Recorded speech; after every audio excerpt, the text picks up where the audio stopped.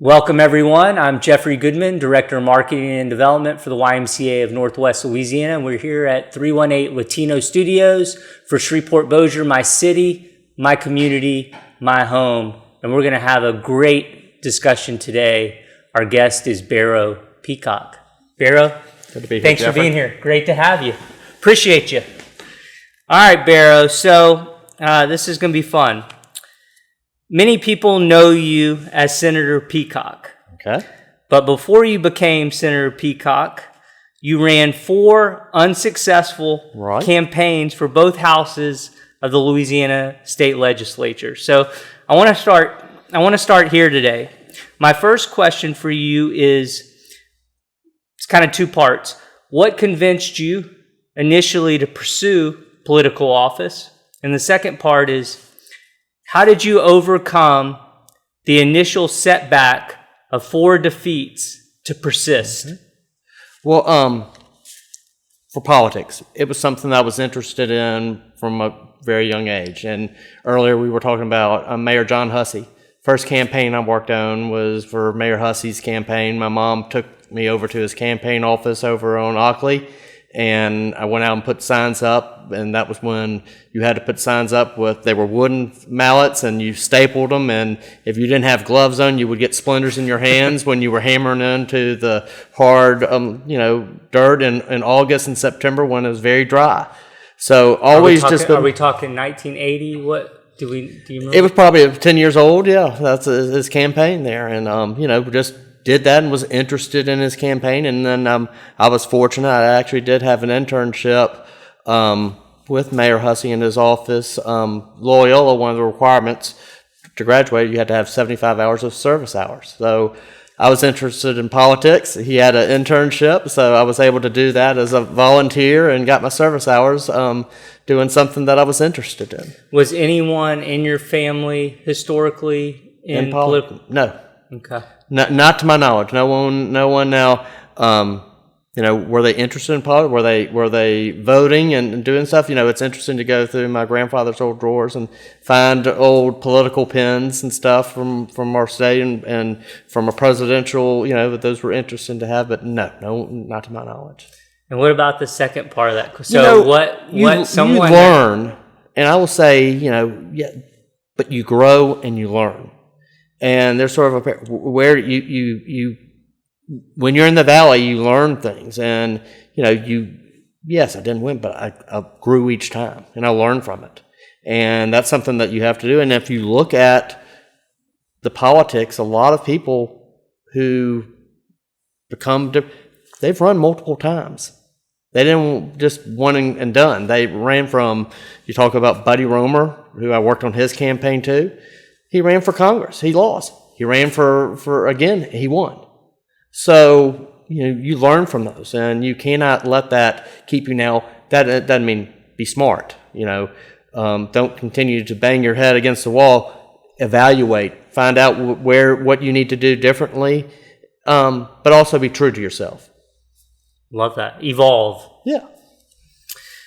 Well, you were very involved during your 12 years in the state legislature with the Jimmie Davis Bridge. We can see something behind your right shoulder. So my question for you is, tell me some about this long, difficult project and also where it is today.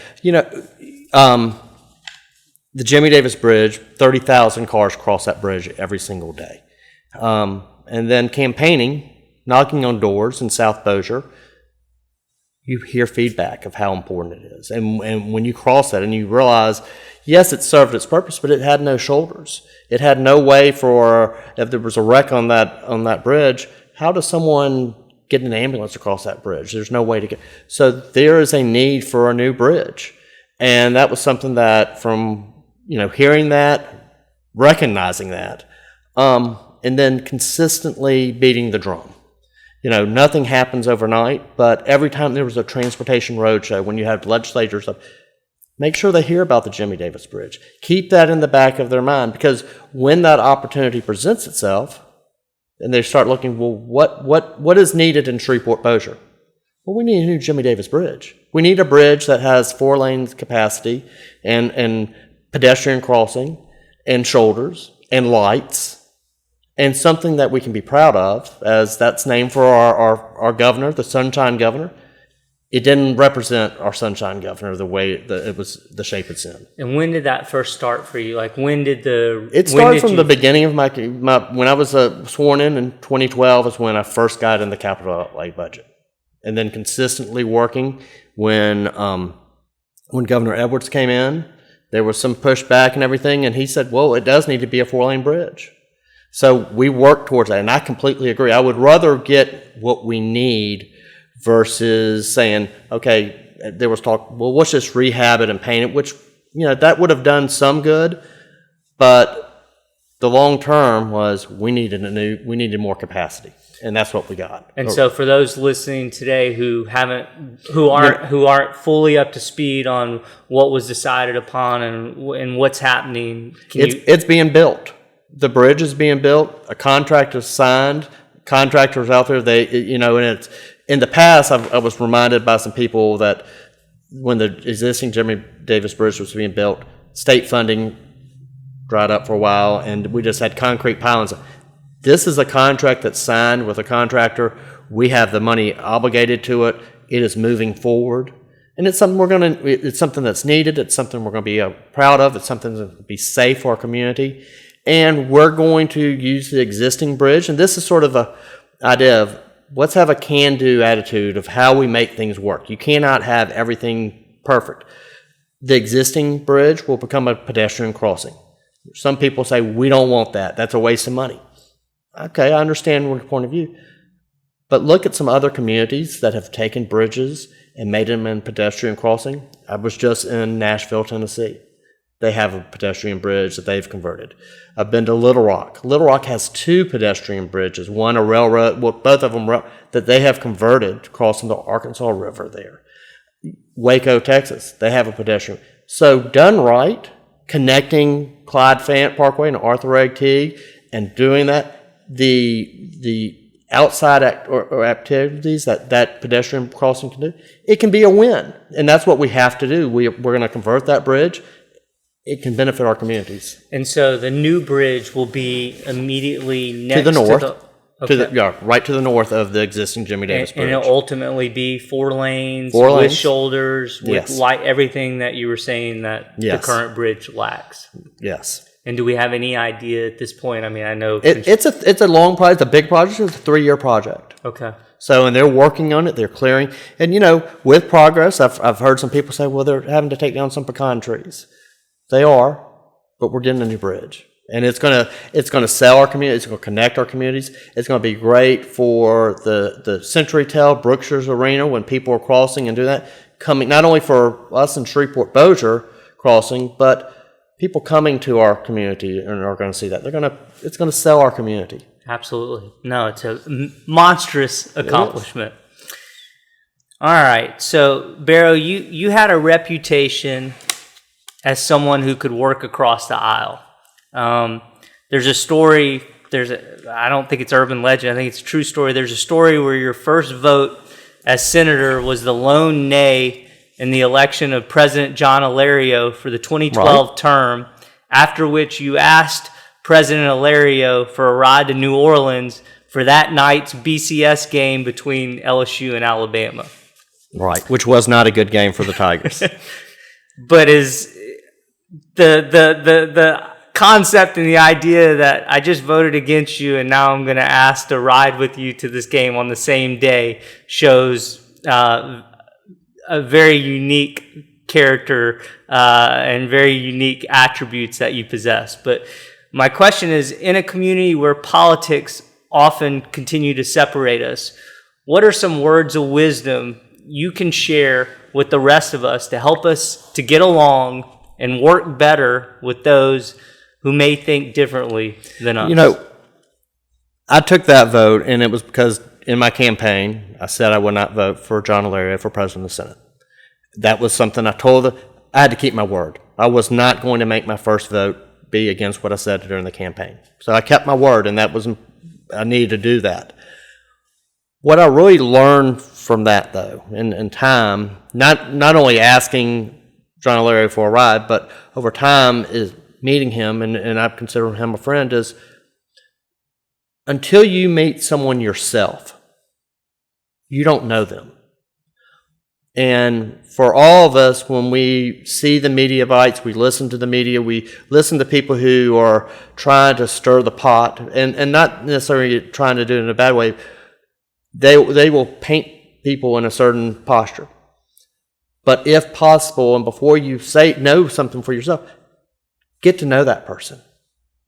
Because that's when you need to build that opinion of someone, and try not to let outside forces come into what your position of that person is.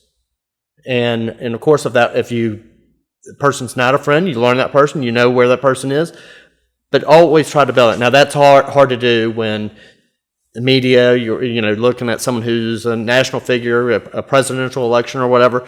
We all have different opinions, and we try to, and we're balanced by that. But whenever possible, meet that person, build that relationship with them, and let your personal relationship with that person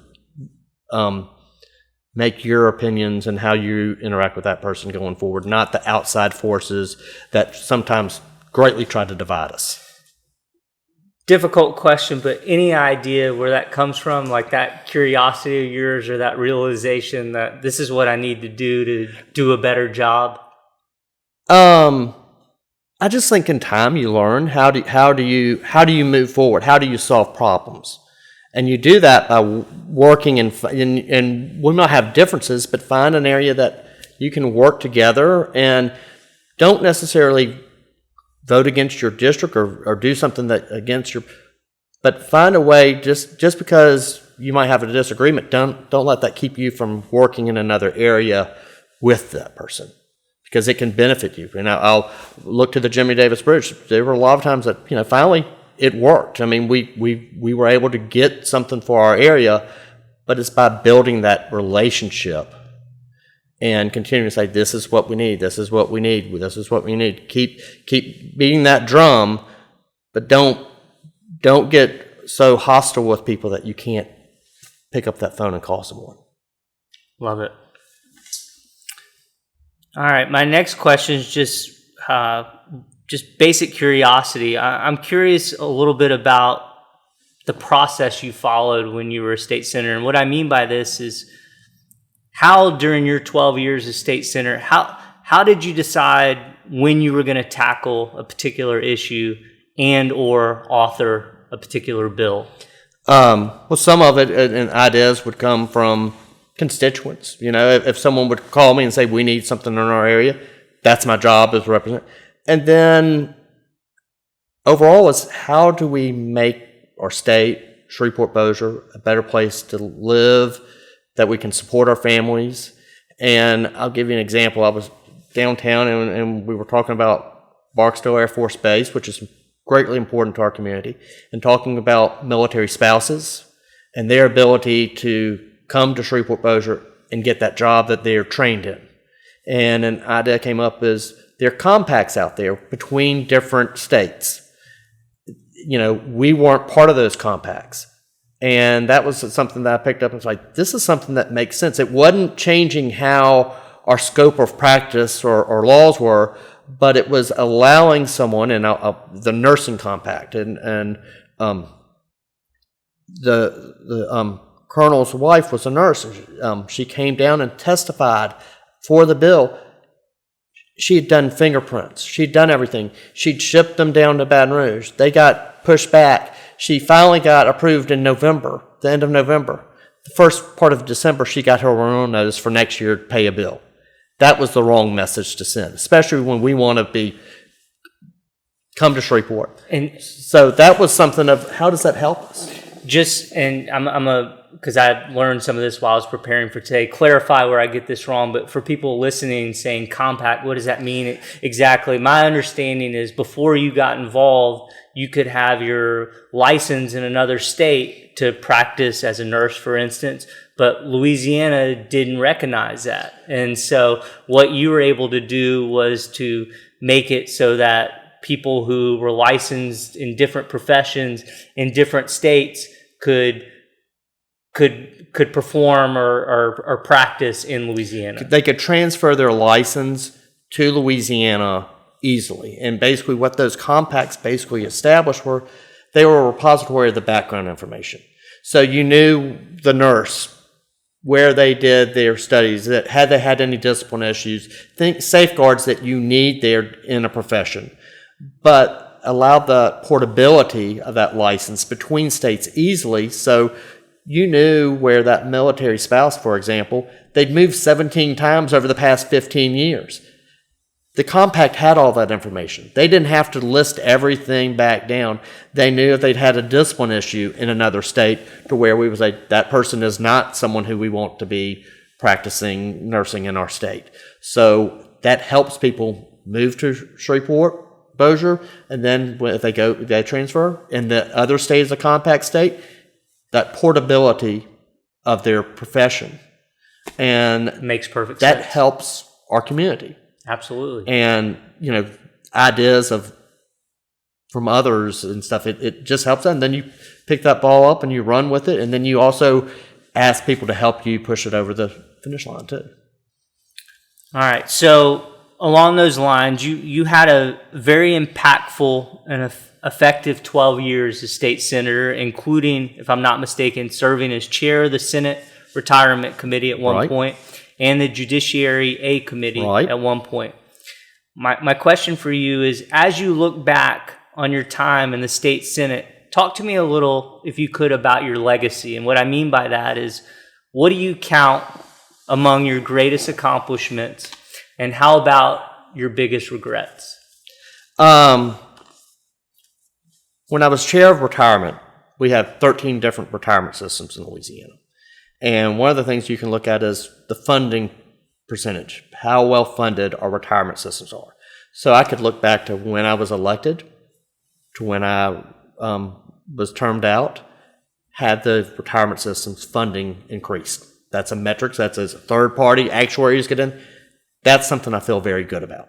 And that's making sure that with our retirement, a lot of it is discipline of investing, making sure the state's putting in their portion, making sure the retirement system, and also making sure that the back door of retirement systems where money goes out the door doesn't get robbed. So that's something that, picking up that and moving forward. Leaving it better than what you found. So I was able to do that with the retirement, being on retirement for 12 years and doing that, and I'm very proud of that, and it's something we need to continue to watch because we do need to do more, I believe, with our retirement systems. We need to modernize them, and as a state, do we need 13 different retirement systems? I would say no. So is there more? Yes, we can do a whole lot more. But we did do things that moved the ball a little bit. So if you continue to move forward a little bit, then you're making those improvements. And that's where I said that we changed how we do the evaluations. We use better standards and stuff. Those are things that I'm proud of.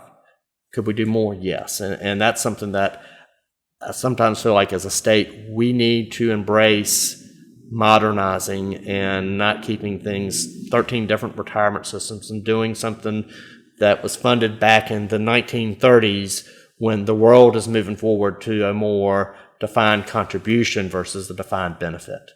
And I've presented bills for new hires, and I think it's always something when you make a change with people's retirement, you do it going forward.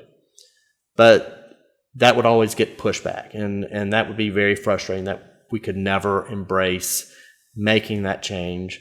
And I think that when a lot of times when you look at our state and education funding as an example, they'll say we fund it higher than a certain level, yet we don't pay our teachers enough. Completely agree. But you start looking where the money goes, and over 30% of the funding that goes to our education system goes out the back door to pay for our retirement system. Then that's why we're so out of our metrics aren't working. Other states have moved forward, we haven't. So we need to do that for new hires going forward, and that will take time, and it does take time, but that will help our state be more competitive in time and pay our teachers more. So what I'm hearing tell me if I got this wrong. What I'm hearing is, just for example, if 30% is going out the back door, maybe it's going through the retirement system. Yeah, but maybe make it 20% towards retirement, and therefore on the front end we can pay you more. That's correct. Kind of what you're saying. And there have been some debates going on in our state, and paying down the unfunded accrued liability will free up interest payments that will allow us to have more money to pay teachers. So that concept is getting there, but we need to do a change in our retirement system, because also one of the things in our state, people don't stay in a career necessarily their entire life, or they don't stay in an area. Right now, to be vested in a retirement system, you need to be there 5 years. So you think of a young teacher who might be there for 3 or 4 years and then another career. Your early years of putting money into a 401k or something will pay so much more down the road. That interest, that time compound interest, that's something that's there that we need to change and do that, modernize our retirement systems to where it benefits young people to save, and it's the portability, and that's something we haven't done. And what would be, because it's not terribly evident or obvious to me, what would be the pushback to changing that for new hires? Like, why would someone be resistant to the concept of, I'm going to be able to pay our teachers more, we're going to be more competitive, they're just going to get a little less on the back end? You will have people, and when you get into retirement, people get very scared that you're going to take their retirement away. And that's something that, no, and the courts have ruled you cannot take it away. But that's not something just unique to Louisiana. You look at other countries, they have protests in France. They have protests even in China on retirement. It is a very sensitive thing. So people do get afraid. There's a lot of miscommunication out there usually. You're changing the retirement. Well, we're only doing this for new hires. Well, they pay in and that's how it's funded. It's going to hurt my retirement. No, it's not going to. Your retirement is guaranteed by the Constitution and by the state. You don't need to work. But the fear that you're going to lose your retirement, which I understand that, but there also we need to modernize. Interesting. Well, Barrow, those were all my set questions. Before we started, I told you I'd come back to you and give you the opportunity to talk about really anything. I will say we won't air this for a week, but tonight is the Shreveport game, football game, annual football game, and can I share what you're doing tonight? Yeah. Barrow's actually going to be on the field. Tell them what you're going to be doing. I'm on the chain gang for the Bird football team. My son plays football, Henry, and it's the best seat in the house. People's like, well, you're working. I'm like, I'm right there behind the referee. I'm right there on the line of scrimmage for every play. You get to see what's happening, and it's a great way to watch the game, and it's helping out the schools. And, we've got great schools in our community. And Bird is 100 years old this year. They're playing Captain Shreve. It's a great rivalry. And, we want a good game. We want everybody to be safe. And it's competition. And then that competition makes us all strive to be better. And, we've got good private schools. I graduated from Loyola here in our community. That's a competition. Shreve, I have 2 sons going to Shreve. Bossier has fantastic schools, and that's something that you get. There's a lot of pride in Shreveport-Bossier in their schools, and we want good schools. We want good schools for our kids and education, and we're, the interaction, the sporting events, but the academics. It's interesting. A couple of weeks ago, Bird had a ceremony for AP scores. Students who had scored a 3 or better. Well, that's fantastic. Of how many students in our high schools are taking AP, and that's something that is, if they pass an AP exam, it's a national exam. And that's great for our community. And those kids are learning stuff, and, going back to politics, we need to keep them here or give them the opportunity to stay here. I don't think you appreciate your home, though, until you see what is out there in the rest of the world. And I just wanted to share that about the game tonight, because when I think of you, and I've known you a long time, not that well, but I've known you a long time, and that's exactly how I think of you. I mean, you are the guy that's in the trenches, on the field, such a part of this community. So I just think, I know you're doing that day in, day out, but that's such an indication of the Barrow Peacock I know. So well, thank you, that's Jeffrey. why I wanted to share that. Anything else you want to? No, just, let's be proud of Shreveport-Bossier and the great state of Louisiana, and let's work hard and let's make it what it can be. And there's tremendous opportunity here, but we have to continue to work to make it better. It doesn't just happen overnight. Well, thanks, Barrow. Appreciate all the hard work you've done for many, many, many years. Well, thank you for doing this. Absolutely.